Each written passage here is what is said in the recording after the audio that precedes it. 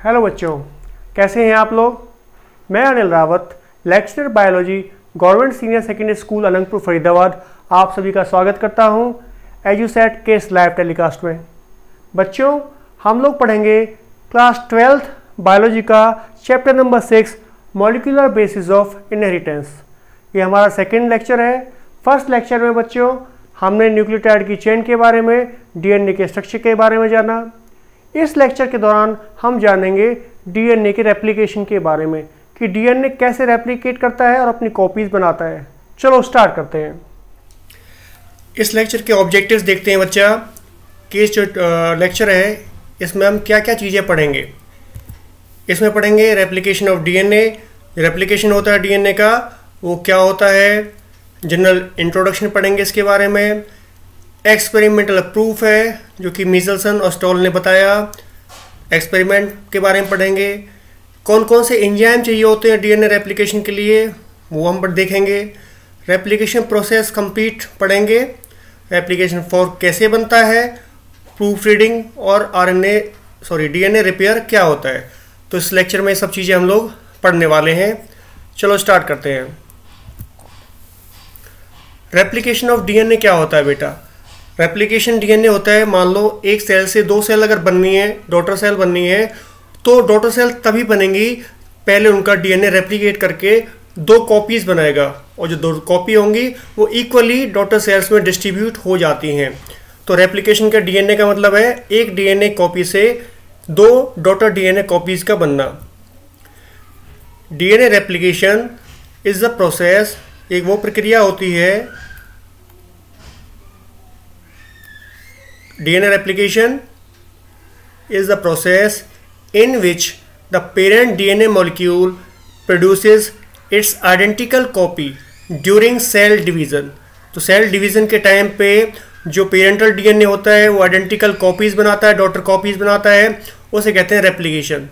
This is necessary step because each newly formed cell has to receive a copy of DNA material so that parental characteristics may be transferred to the successive generations। ये सबसे ज़्यादा important प्रक्रिया है क्योंकि जो newly formed cell होगी उसमें equally number of DNA copies जाना चाहिए डॉटर सेल्स के अंदर, ताकि जो पेरेंटल इंफॉर्मेशन है वो सक्सेसिव जनरेशन्स में ट्रांसफ़र हो पाए। क्लियर। पेरेंटल स्ट्रैंड यहाँ दिखा रखा है, ये पेरेंटल स्ट्रैंड है, रेप्लिकेशन हुआ और 2 डॉटर डीएनए बन गए। ये रेप्लिकेशन प्रक्रिया है। अब देखिए क्या क्या इसमें पॉइंट्स है पढ़ने के लिए कि जो डीएनए का रेप्लिकेशन होता है वो एस फेस में होता है, S phase of interphase during cell cycle. अगर सेल साइकिल की बात करते हैं, इंटरफेस हमने पढ़ा है, हमने कक्षा 11th में G1 phase, S phase, G2 phase and M phase, ये अलग अलग फेसेस थे। इसमें जो एस फेस होता है सिंथेटिक फेस कहलाता है। इस सिंथेटिक फेस में, एस फेस में डीएनए का रेप्लिकेशन होता है। और एक बार अगर डीएनए का रेप्लिकेशन हो गया तो सेल को डिवाइड करना ही होगा, क्योंकि नहीं तो जो डीएनए है उसकी जो प्लॉइडी लेवल है वो बढ़ जाएगा सेल के अंदर। तो एस फेस के बाद सेल डिवाइड करना शुरू करेगी क्योंकि डीएनए रेप्लिकेट हो गया है। नेक्स्ट है बच्चे, इसमें जो न्यूली स्ट्रैंड फॉर्मेशन होती है, वो न्यूली स्ट्रैंड जो बनता है उसकी जो डायरेक्शन होती है वो 5' से 3' डायरेक्शन में बनती है, 5 प्राइम से 3 प्राइम। देखिए अगर आपको याद हो, हमने पढ़ा था कि ये 2 स्ट्रैंड डीएनए के होते हैं, एक 5 प्राइम एंड दूसरे का 3 प्राइम, और एक कंप्लीमेंट्री होता है, यहाँ पे 3 प्राइम होगा, यहाँ पे 5 प्राइम होगा। तो जो डीएनए नया बनता है उसकी सिंथेसिस जो होती है वो स्टार्टिंग होती है बेटा 5 प्राइम एंड से 3 प्राइम एंड की ओर। तो यहाँ पे देखिए, यहाँ पे 3 प्राइम पेरेंटल का है, तो यहाँ पे इसका 5 प्राइम एंड होगा, यहाँ से बनना शुरू करेगा ऐसे, तो ये बनेगा 5 प्राइम एंड से 3 प्राइम एंड की ओर। और यहाँ पे 5 प्राइम एंड यहाँ पे होगा, यहाँ से बनेगा इस डायरेक्शन में, 5 प्राइम एंड से लेके 3 प्राइम एंड की ओर बनेगा। Clear. Replication start at specific sites which are called origin of replication. जो रेप्लिकेशन होता है वो स्पेशल साइट्स पे होता है और उन साइट्स को कहा जाता है ओरिजिन ऑफ रेप्लिकेशन। ऐसा नहीं है कि डीएनए कहीं से भी अनवाइंड होगा, खुलेगा और रेप्लिकेशन स्टार्ट हो जाएगा। रेप्लिकेशन के लिए जो डीएनए होता है उस पे स्पेशल सीक्वेंसेस होती हैं और इन सीक्वेंसेस को कहा जाता है origin of replication. Replication of DNA semi conservative, शब्द लिखा है सेमी कंजर्वेटिव। इसका मतलब होता है सेमी मतलब हाफ कंजर्व रखना। तो जो डीएनए बनता है नया, उसमें हाफ स्टैंड जो होता है पोर्शन होता है वो पुराना ही होता है, पेरेंटल होता है, और हाफ न्यू सिंथेसिस होती है। इसके बारे में पढ़ेंगे। अब देखिए क्या क्या पॉसिबल वेज हैं रेप्लिकेशन के। भाई डीएनए का रेप्लिकेशन कितने तरीके से हो सकता है, तो इसमें अलग अलग वेज दिखा रखे हैं। पहला है conservative mode of replication. Conservative में क्या हुआ, ये पेरेंटल डीएनए था, फर्स्ट रेप्लिकेशन के बाद 2 कॉपी बनी। इन 2 कॉपी में बच्चा एक जो कॉपी थी वो हूबहू पेरेंटल कॉपी थी, जबकि दूसरी जो नया डॉटर सेल जो दूसरी बनी वो बिल्कुल न्यूली सिंथेसाइज थी। और सेकंड एप्लीकेशन में देखिए एक बिल्कुल पेरेंटल है, उसके बाद जो नई है बिल्कुल न्यूली सिंथेसाइज है। ऐसा रेप्लिकेशन कहलाता है कंजर्वेटिव रेप्लिकेशन।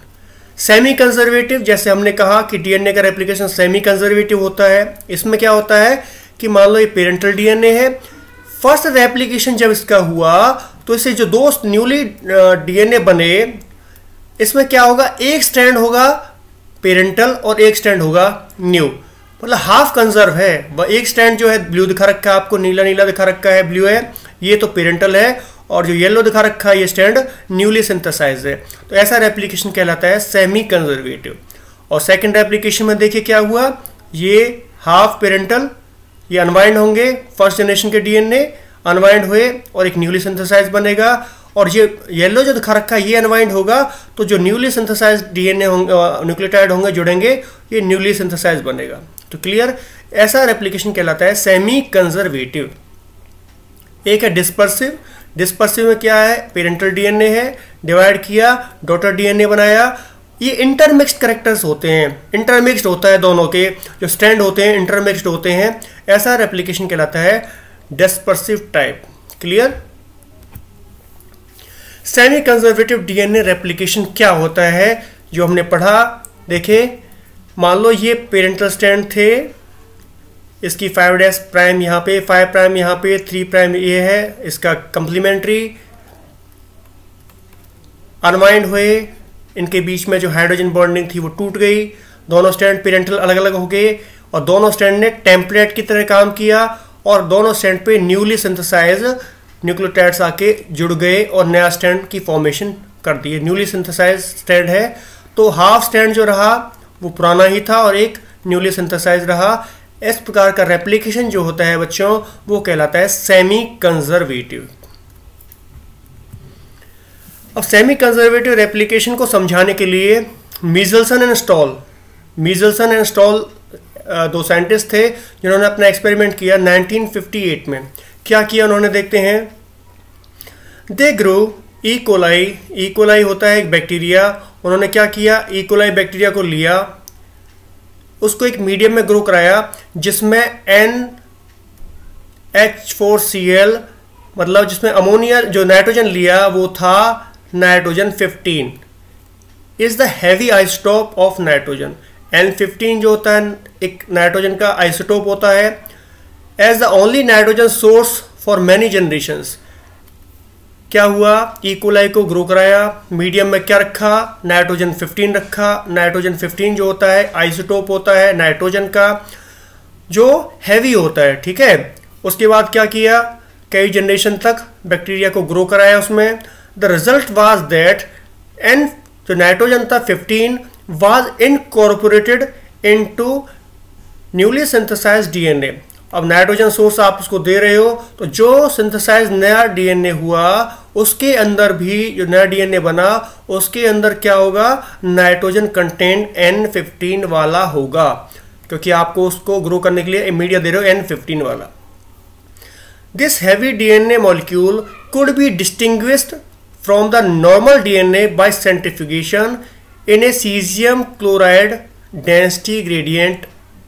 अब ये क्या कह रहा है कि इन्होंने क्या किया, जो हैवी डीएनए होता है जिसमें N15 नाइट्रोजन होता है वो नॉर्मल N14 जो नाइट्रोजन वाला डीएनए है उससे अलग किया जा सकता है सेंट्रीफ्यूगेशन के द्वारा और डेंसिटी के द्वारा, क्योंकि देखिए इसकी डेंसिटी N15 की डेंसिटी ज़्यादा होती है, N14 की डेंसिटी कम होती है।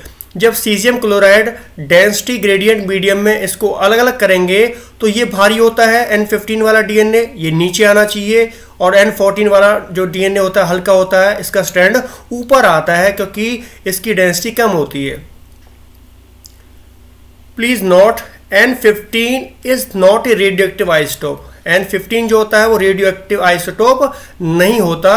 It can be separated from N जो नाइट्रोजन 14 होता है, डेंसिटी के बेसिस पे इसको सेपरेट कर सकते हैं। क्लियर है कि डेंसिटी के बेसिस पे N14 और N15 को अलग अलग किया जा सकता है। Then they transfer the cells in a medium with normal, nitrogen normal था, पहले ग्रो कराया N15 मीडियम पे, बाद में जो बैक्टीरिया था उसको ट्रांसफर कर दिया N14 मीडियम पे जिसमें नाइट्रोजन N14 थी, and took samples at various definite time intervals, अलग अलग टाइम इंटरवल पर जो सेल्स थी वो निकाली। The extracted DNA that remain as double standard helix, the various samples were separated independently on caesium gradient to measure the densities of the DNA. N15 के बाद N14 medium पे grow कराया E coli को, extract कराया DNA को और density medium के according check किया कि क्या होता है। इनका एक्सपेरिमेंट देखते हैं हम लोग। ये इसका एक्सपेरिमेंट है। देखिए पहले क्या किया, कई जनरेशन तक उसको ग्रो कराया N15 नाइट्रोजन मीडिया में, N15 जिसमें नाइट्रोजन का जो आइसोटोप था N15 था।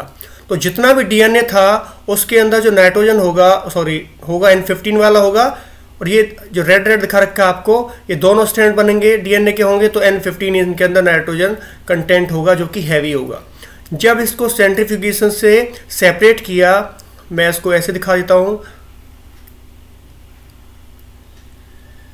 तो इसका जो बैंड आता है, क्योंकि N15 हैवी होता है, इसका बैंड नीचे आता है। मान लो ये अलग अलग करते हैं जब आप इसको, तो भारी है तो ये नीचे आएगा, डीएनए का बैंड ऐसे आया फर्स्ट उसमें, क्योंकि इसमें दो हेलिक्स जो बने दोनों में नाइट्रोजन कंटेंट जो था N15 हैवी वाला था।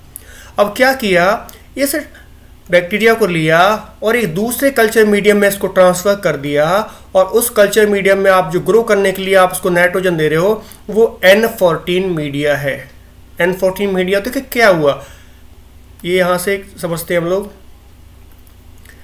ये दो डीएनए थे, दो स्ट्रैंड डीएनए के हैं, ठीक है, ये दो स्ट्रैंड डीएनए के हैं। अब क्या किया, N15 मीडिया वाला था, अब आपने इसको ट्रांसफ़र कर दिया और इसको मीडिया दिया N14। आपका नाइट्रोजन है केवल मीडिया के अंदर N14। ये दोनों स्ट्रैंड डीएनए के जो अलग अलग हुए, ये दोनों स्ट्रैंड डीएनए के रेप्लिकेशन के दौरान अलग अलग हुए, क्योंकि आपके पास जो मीडिया के अंदर नाइट्रोजन है वो N14 है, तो जो दो न्यूली सिंथेसाइज्ड डीएनए बने वो N14 वाले डीएनए थे। तो जो डॉटर डीएनए होंगे ये हाइब्रिड होंगे, एक स्ट्रैंड N15 वाला होगा भारी वाला जिसकी डेंसिटी ज़्यादा है, एक स्ट्रैंड हल्का होगा जिसकी डेंसिटी कम है N14 वाला। तो ये हाइब्रिड डॉटर डीएनए बने, और इनकी अगर डेंसिटीज के हिसाब से इनको सेंट्रीफ्यूज करके अलग अलग किया, सेपरेट किया, तो जो इसका बैंड आया वो पहले वाले बैंड से ऊपर आया, क्योंकि ये डेंसिटी के अकॉर्डिंग थोड़ा पहले वाले से हल्का होगा, लाइट होगा। तो मैं इसको इस कलर से दिखाता हूँ। ये बैंड जो आया इसका थोड़ा सा ऊपर आया, क्योंकि इसमें एक हैवी स्ट्रैंड है और एक लाइट स्ट्रैंड है। रेड हैवी है और जो ग्रीन दिखा रखा है वो लाइट स्ट्रैंड है। क्लियर। नेक्स्ट कई जनरेशन तक ग्रो किया इसको, फिर दोबारा N14 मीडियम पे रखा, तो क्या हुआ बच्चों, ये जब अनवाइंड होगा डीएनए का स्ट्रैंड, तो दो स्ट्रैंड जो दिखा रखे हैं ये पेरेंटल रहेंगे, क्योंकि एक में रेड आइसोटोप, तो रेड जिसमें है N15 वो तो रहेगा। आप ग्रो करने के लिए N14 मीडिया दे रहे हो तो नया स्ट्रैंड बनेगा इस पे ग्रीन वाला, तो ये दो तो हाइब्रिड ही रहे। पर जब ये ग्रीन स्ट्रैंड जो यहाँ पे है, ग्रीन स्ट्रैंड अलग अलग होगा, मान लो ये आपका रेड और ग्रीन था, ये ग्रीन जब अलग होगा और ये रेड अलग हो गया, एक बार आप देख लिए कैसे हुआ, ये स्ट्रैंड अलग अलग हुए, तो आप मीडिया में ग्रो करने के लिए आप उसको दे रहे हो केवल नाइट्रोजन 14, नाइट्रोजन 14 होगा तो नाइट्रोजन 14 बाइंड करेगा इसके साथ, तो ये दो डीएनए स्ट्रैंड ऐसे बनेंगे, एक बिल्कुल न्यूली सिंथेसाइज होगा और एक होगा इंटरमिक्स्ड होगा। तो बच्चों ये स्ट्रैंड बने, तो जब इनको सेंट्रीफ्यूगेशन से अलग किया तो एक बैंड जो मिला वो बिल्कुल लाइट वेटेड था, डेंसिटी सबसे कम थी और वो बैंड सबसे ऊपर आया, क्योंकि इसमें केवल दोनों स्ट्रैंड है वो N14 मीडिया वाले हैं, हल्के हैं, तो सबसे बैंड ऊपर आया। तो इस तरह के एक्सपेरिमेंट से ये बात बिल्कुल क्लियर हो गई, ये तभी पॉसिबल था तब डीएनए का जो रेप्लिकेशन है वो सेमी कंजर्वेटिव हो। तो अपने एक्सपेरिमेंट से उन्होंने प्रूव कर दिया कि डीएनए का रेप्लिकेशन होता है बेटा वो सेमी कंजर्वेटिव होता है। क्लियर? एंजाइम्स हैं प्रोटीन, कौन कौन से एंजाइम चाहिए और प्रोटीन चाहिए रेप्लिकेशन के लिए? First enzyme is helicase. Helicase क्या करता है? Unwinds the DNA double helix, खोल देता है। रेप्लिकेशन डीएनए का होना है, मान लीजिए ये रेप्लिकेशन होना है डीएनए, ये डीएनए है, इसका रेप्लिकेशन होना है, तो बेटा इसका अनवाइंड होगा, खुलेगा, तभी तो रेप्लिकेशन स्टार्ट होगा। तो ये अनवाइंड करता है, खोलता है एंजाइम हेलिकेज। ठीक है। Single stranded binding protein SSBP, ये प्रोटीन्स जो होती हैं क्या करती हैं? मान लो जब डीएनए अनवाइंड हो जाता है, दोबारा से उसकी कॉइलिंग ना हो, उसकी कॉइलिंग को होने से रोकती हैं single stranded binding protein. Single strand पे बाइंड कर लेती हैं और दोबारा उसको कॉइलिंग से बचाती है, कॉइलिंग होने नहीं देती। SSB। टोपोआइसोमरेज एंड जाइरेज, जब डीएनए अनवाइंड होता है तो क्या उसमें खिंचाव या तनाव पैदा होता है, इसे स्ट्रेन कहते हैं। तो ये topoisomerase and DNA gyrase enzyme release the strain को रिलीव करता है। मान लीजिए आपके हाथ में एक रस्सी है, ये आपके हाथ में सपोज कीजिए रस्सी के दो सिरे हैं, आपने यहाँ से दोनों सिरे अलग अलग पकड़ के खींचते हो तो इसमें खिंचाव पैदा हो जाता है, उस खिंचाव को या बल लग जाते हैं, जिसको कहते हैं स्ट्रेन को रिमूव करता है टोपोआइसोमरेज जाइरेज। प्राइमेज बड़ा देखिए इंपॉर्टेंट रोल है। डीएनए का जो रेप्लिकेशन होता है, सपोज कीजिए दो पेरेंटल स्ट्रैंड थे, ये 5' एंड 3' एंड 3' एंड 5' एंड, जब नया स्ट्रैंड जब बनता है टेम्पलेट स्ट्रैंड के ऊपर, तो हमने देखा कि 5' से ये 5' इसका यहाँ पे होगा, यहाँ से शुरू होगा बनना। पर बनने से पहले प्राइमेज एंजाइम क्या करता है? एक आरएनए का टुकड़ा जोड़ता है जिसे प्राइमर कहते हैं। ये आरएनए का जब प्राइमर बन जाएगा उसके बाद ही इस पे फर्दर जो डीएनए होता है उसकी एक्सटेंशन होगी। बिना प्राइमर के डीएनए फॉर्मेशन या जो न्यूक्लियोटाइड ऐड होते हैं वो नहीं होंगे। ये बिल्कुल ऐसा ही है कि आपको एक मकान बनाना है, उसकी दीवार बनानी है, तो पहले क्या करेंगे? आप उसकी नींव खोदेंगे, नींव भरेंगे, नींव जब बन जाएगी, ये नींव है मान लो, उसके आप ऊपर फिर दीवार खड़ी कर देते हैं। तो जो नींव है ये बिल्कुल जैसे डीएनए रेप्लिकेशन में प्राइमर की तरह काम करती है। ये नींव है घर की और ये आपने दीवार बना दी, तो पहले नींव चाहिए। ऐसे ही डीएनए का रेप्लिकेशन होना है तो पहले क्या चाहिए? प्राइमर जुड़ता है और वो प्राइमर जोड़ने का काम करता है प्राइमेज एंजाइम। क्लियर? और एंजाइम्स देखते हैं कौन कौन से हैं। डीएनए पॉलीमरेज, ये सबसे ज़्यादा इंपॉर्टेंट एंजाइम है रेप्लिकेशन का, जो कि रेप्लिकेशन की प्रक्रिया को प्रोसीड करता है, न्यूक्लियोटाइड को ऐड करता है। डीएनए पॉलीमरेज 3 तरह के होते हैं बेटा, पॉलीमरेज 1, पॉलीमरेज 2 एंड पॉलीमरेज 3। तीनों के काम अलग अलग है। पॉलीमरेज 1 एंजाइम होता है रिप्लेसेस आरएनए प्राइमर। जब रेप्लिकेशन पूरा हो जाता है, जो प्राइमेज एंजाइम ने आरएनए प्राइमर जोड़ दिए उसको रिमूव कर देता है, उसकी जगह डीएनए न्यूक्लियोटाइड जोड़ देता है। आरएनए प्राइमर, देखिए अगर न्यूक्लियोटाइड की बात करते हैं तो आरएनए नाम इसका आरएनए है, तो इसमें न्यूक्लियोटाइड जो होंगे केवल क्या होगा? मान लो ए है UGC, यूरेसिल होगा एक नाइट्रोजन बेस, जबकि डीएनए में होता है थायमीन।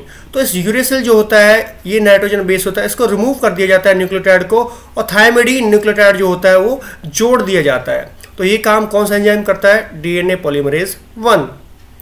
पॉलीमरेज 2 का काम होता है proof reading of DNA. DNA बन गया, कुछ गलत तो नहीं हो गया, गलत बेस पेयर तो नहीं जुड़ गया, उसको चेक करता है, अगर जुड़ गया तो उसको रिमूव करता है, प्रूफ रीडिंग करता है DNA polymerase 2। Polymerase 3 is the main enzyme which carried out the process of DNA replication. Replication की जो प्रक्रिया है उसको पूरा करने वाला जो एंजाइम होता है वो होता है DNA polymerase 3। Using parental DNA as a template synthesize new DNA strand by adding nucleotides to the 3' end of the pre-existing strand या RNA primer। डीएनए पॉलीमरेज क्या करता है, जो स्ट्रैंड थे डीएनए के पेरेंटल, जो उसका 3' एंड होता है उसको टेम्पलेट की तरह काम करता है और फॉर्मेशन करता है न्यूली सिंथेसाइज्ड डीएनए की 5' एंड से 3' एंड की डायरेक्शन में। क्लियर। डीएनए लाइगेज एंजाइम ये क्या करता है, जॉइन डीएनए फ्रेगमेंट्स, डीएनए के फ्रेगमेंट्स जिन्हें कहते हैं ओकाज़ाकी फ्रेगमेंट्स, इसके बारे में पढ़ेंगे डिटेल में, उनको जोड़ने का काम करता है डीएनए लाइगेज एंजाइम।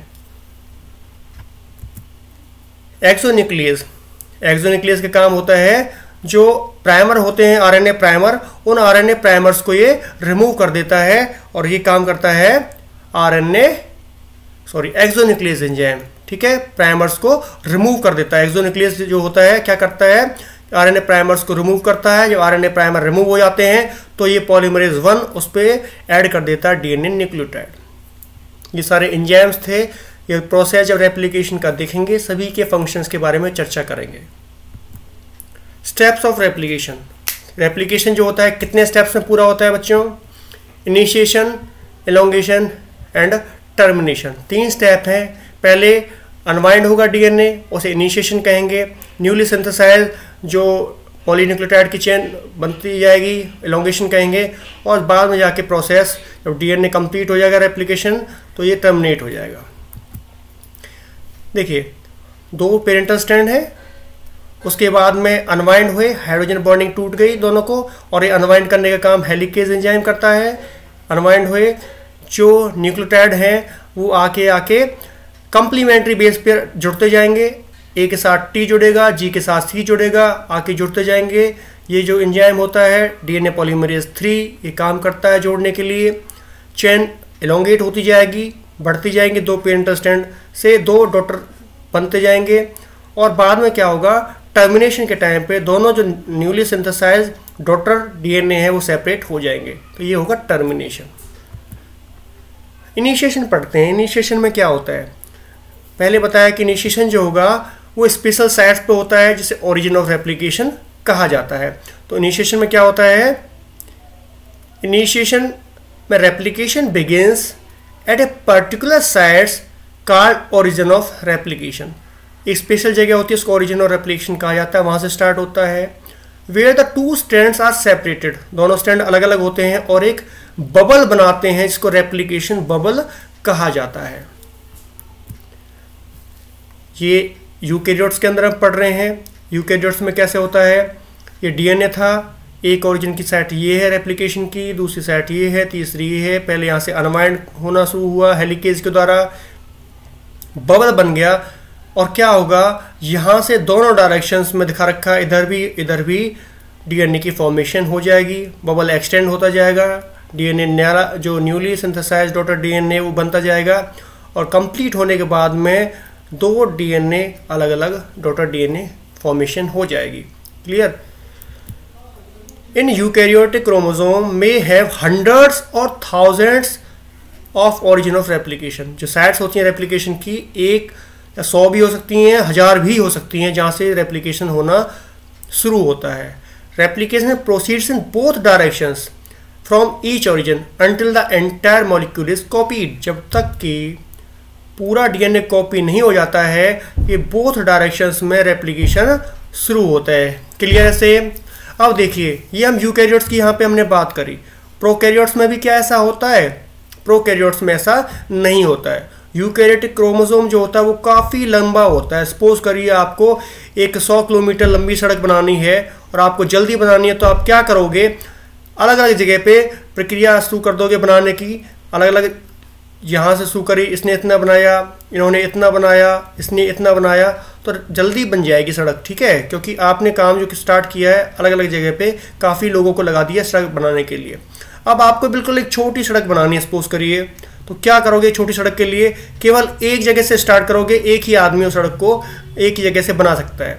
तो यही काम होता है यूकैरियोट्स में। यूकैरियोट्स का डीएनए काफ़ी बड़ा होता है, रेप्लिकेशन पूरा करना है, डीएनए नया बनाना है तो काफ़ी जगह से बनाना शुरू करना पड़ेगा, तब कंप्लीट होगा। जबकि प्रोकैरियोट्स में जो डीएनए होता है, क्रोमोसोम छोटा होता है, अगर एक जगह से उसको स्टार्ट करते हैं बनाने के लिए तो वो कंप्लीट हो जाता है। तो बेटा ये बात याद रखनी है, जो प्रोकैरियोट्स होते हैं जैसे बैक्टीरिया, प्रोकैरियोट्स में ओरिजिन ऑफ रेप्लिकेशन केवल एक होती है, ठीक है। Activation of deoxyribonucleotides. अब अनवाइंड हो गया, यहाँ हमने देखा कि डीएनए जो था, मान लो वो इस तरह से डीएनए जो था, हाइड्रोजन बॉन्ड्स थे, ये हाइड्रोजन बॉन्ड्स टूट गए और ये डीएनए था ऐसे करके अनवाइंड हो गया। क्लियर है। अब क्या होगा, नए न्यूक्लियोटाइड आके यहाँ पे जुड़ने हैं, और नए न्यूक्लियोटाइड बेटा जब तक नहीं जुड़ेंगे जब तक वो एक्टिव नहीं होंगे। तो एक्टिवेशन के लिए क्या होता है, न्यूक्लियस के अंदर जो न्यूक्लियोटाइड्स होते हैं वो इस फॉर्म में रहते हैं। ये है डीऑक्सी, क्योंकि डीएनए बन रहा है, डीऑक्सीराइबो, ठीक है जी। एडिनोसिन, एडिनोसिन मोनोफॉस्फेट, एक ही फॉस्फेट होता है, इसे कहते हैं मोनोफॉस्फेट। और ये होगा guanosine monophosphate, deoxy guanosine monophosphate, deoxy cytidine monophosphate, deoxy thymidine monophosphate. ये न्यूक्लियोटाइड है, सिंगल फॉस्फेट ग्रुप जुड़ा होता है। तो इसमें एक एंजाइम होता है फॉस्फोराइलेज। ये फॉस्फोराइलेज क्या करता है, एटीपी के प्रेजेंस में इनके साथ दो फॉस्फेट बॉन्ड जोड़ देता है, दो फॉस्फेरस जोड़ देता है। उसके साथ क्या होता है, ये बन जाता है deoxy adenosine triphosphate, deoxy guanosine triphosphate, deoxy cytidine triphosphate, deoxy thymidine triphosphate.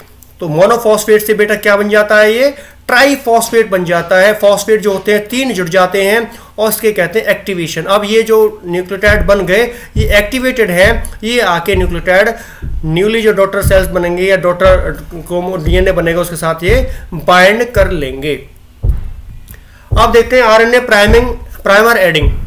Primer adding क्या होगा, बताया मैंने कि डीएनए नया बनेगा, तो नया डीएनए जब बनता है तो पहले प्राइमर ऐड होता है।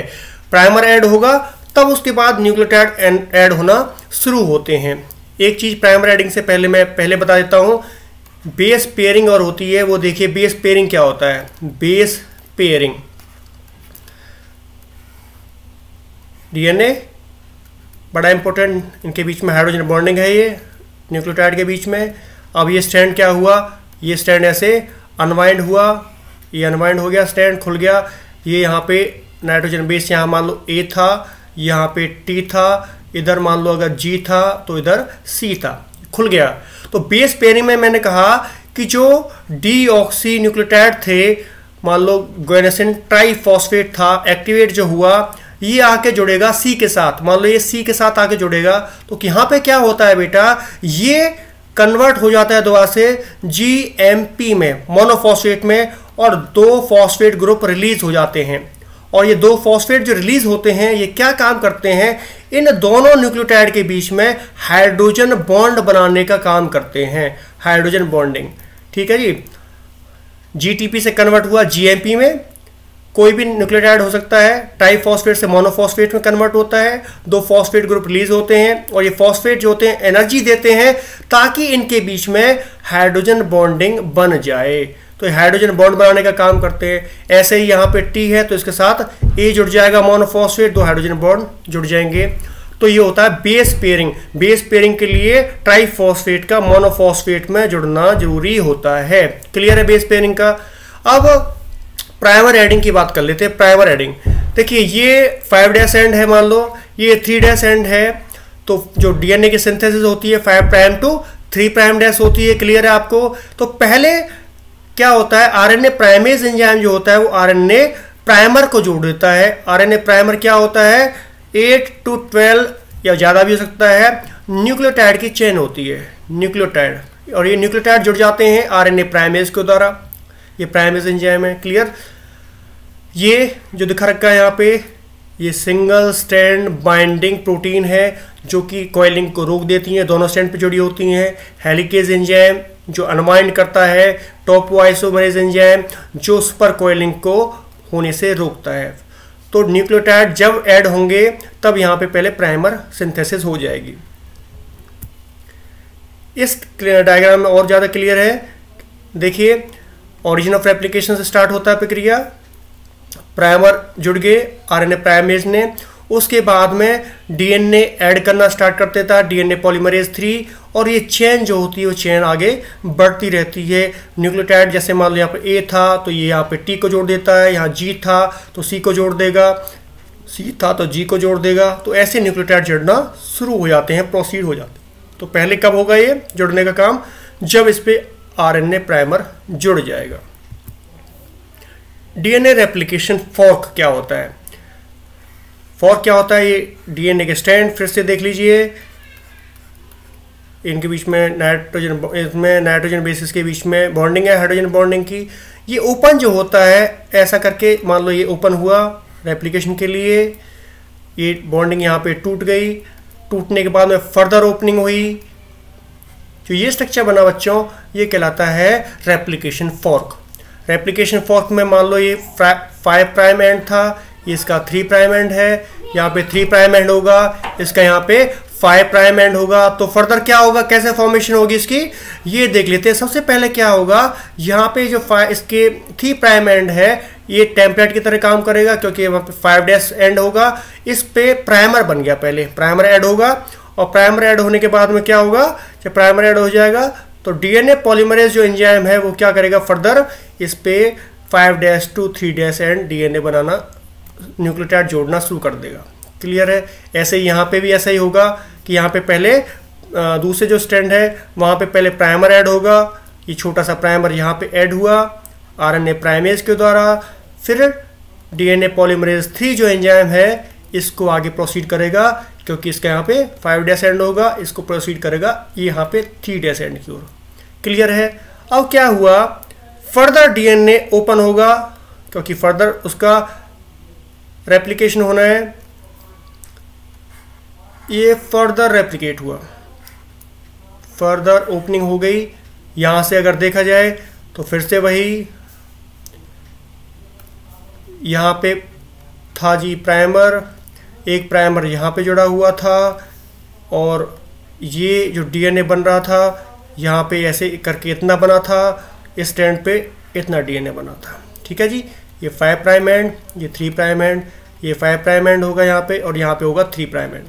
जब इतना खुल जाता है बेटा तो क्या होगा, ये जो स्ट्रैंड है इस स्ट्रैंड पे तो आगे अनवाइंड हुआ तो सीधा डीएनए जुड़ बनना शुरू हो जाता है, न्यूक्लियोटाइड जोड़ना शुरू कर देता है डीएनए पॉलीमरेज 3।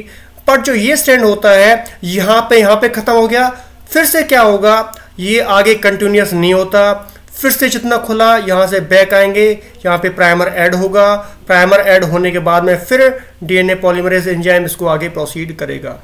तो 2 स्ट्रैंड पे बेटा अलग अलग होता है। एक स्ट्रैंड जो होता है इस पे कंटिन्यूसली बनता जाता है डीएनए, दूसरे स्ट्रैंड पे डीएनए जो बनता है वो स्ट्रैंड डिसकंटिन्यूस स्ट्रैंड कहलाता है, जिसपे ये जो टुकड़े बन जाते हैं इन्हें टुकड़ों को कहा जाता है ओकाज़ाकी फ्रेगमेंट। ठीक है, एक कंटिन्यूस स्ट्रैंड रेगुलरली डीएनए बन रहा है, दूसरा स्ट्रैंड डिसकंटिन्यूस स्ट्रैंड या लैगिंग स्ट्रैंड भी कहते हैं, जिसपे डीएनए डिसकंटिन्यूसली बनता है, छोटे छोटे फ्रेगमेंट बनते हैं जिन्हें कहा जाता है ओकाज़ाकी फ्रेगमेंट। जैसा आपको इंट्रोडक्शन में बताया, ओकाज़ाकी फ्रेगमेंट बन जाते हैं।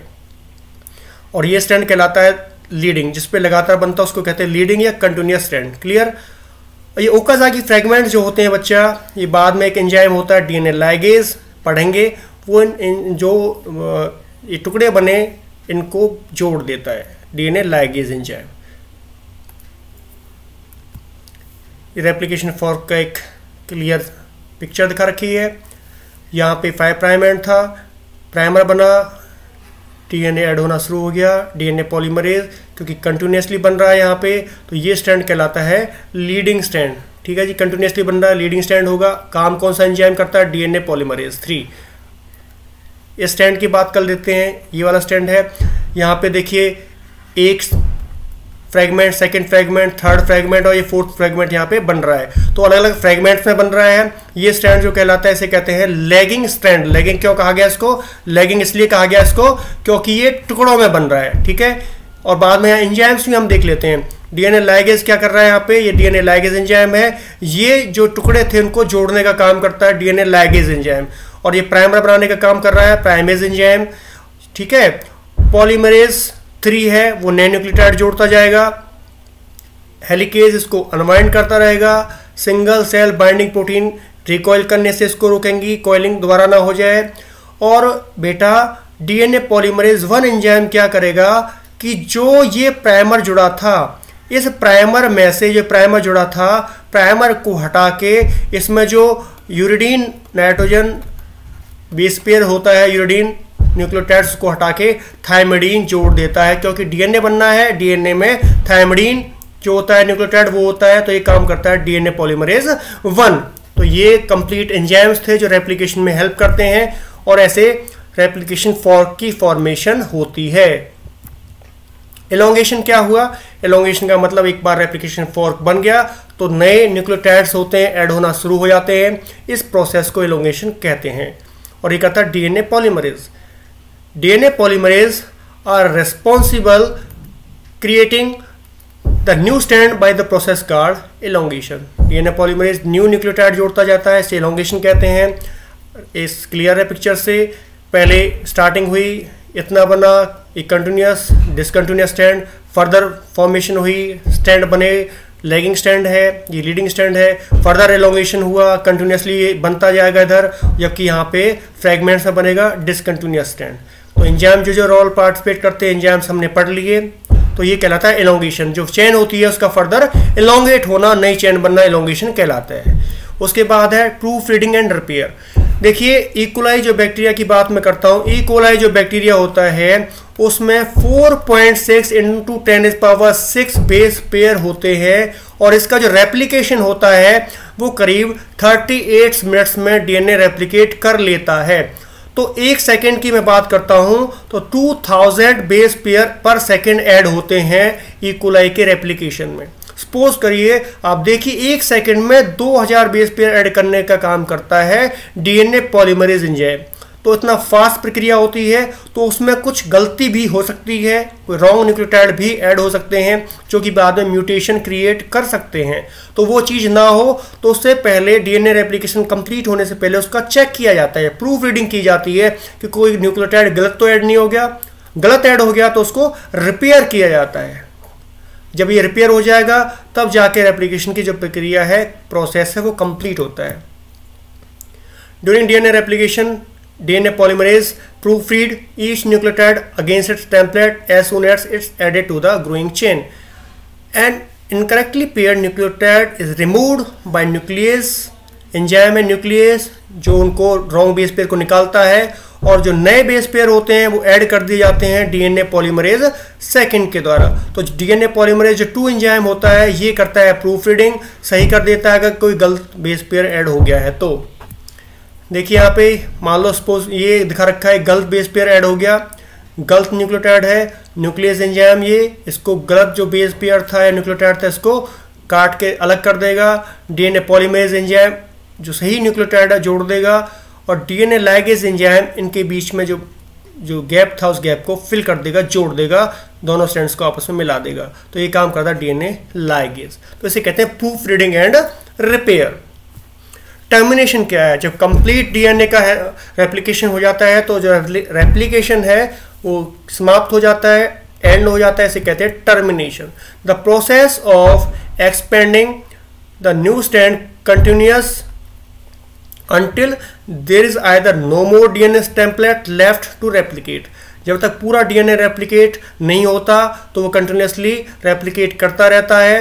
At the end of the chromosome, जब क्रोमोसोम का एंड आ जाता है, कोई क्रोमोसोम या डीएनए नहीं बचता तो रेप्लिकेशन एंड हो जाता है, टर्मिनेट हो जाता है, और 2 replication forks meet and subsequently terminate.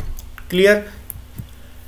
N enzyme called exonuclease, enzyme का नाम है एक्सोन्यूक्लियस। स्टार्टिंग में बताया था इंट्रोडक्शन में आपको, exonuclease removes all RNA primer, जितने भी आरएनए प्राइमर जुड़ गए थे ये डीएनए स्ट्रैंड था। यहाँ पे हमने पहले बताया था कि आरएनए प्राइमर जुड़ जाते हैं। ये आरएनए प्राइमर जितने मान लो ये आरएनए प्राइमर यहाँ पे, एक आरएनए प्राइमर यहाँ पे, तो ये आरएनए प्राइमर्स होते हैं, इन आरएनए प्राइमर्स को काट के निकाल देता है एक्सोन्यूक्लियस और उसकी जगह पे न्यूक्लियोटाइड जोड़ देता है डीएनए पॉलीमरेज 1 एंजाइम। सभी का काम, जितने डीएनए पॉलीमरेज हैं सभी का काम डिवाइड होता है। देखिए टर्मिनेशन का बैक्टीरियल क्रोमोसोम जो कि सर्कुलर होता है, ओरिजिन और रेप्लिकेशन सिंगल होता है। बताया आपको डीएनए अनवाइंड होना शुरू हुआ, रेप्लिकेशन शुरू हुआ, दोनों डायरेक्शन में होता है, ये दोनों डायरेक्शन में हुआ यहाँ पे रेप्लिकेशन। और यहाँ एक पॉइंट आता है जब रेप्लिकेशन पूरा हो जाता है डीएनए का, दोनों स्ट्रैंड न्यूली डॉटर डीएनए जो होते हैं वो अलग अलग हो जाते हैं, तो ये होता है टर्मिनेशन। तो बच्चों डीएनए के रेप्लिकेशन के बारे में हमने पूरा जान लिया। होपफुली आपको सब कुछ अच्छे से समझ में आ गया होगा। नेक्स्ट लेक्चर में पढ़ेंगे हम लोग ट्रांसक्रिप्शन कैसे होता है डीएनए का। Okay, thank you.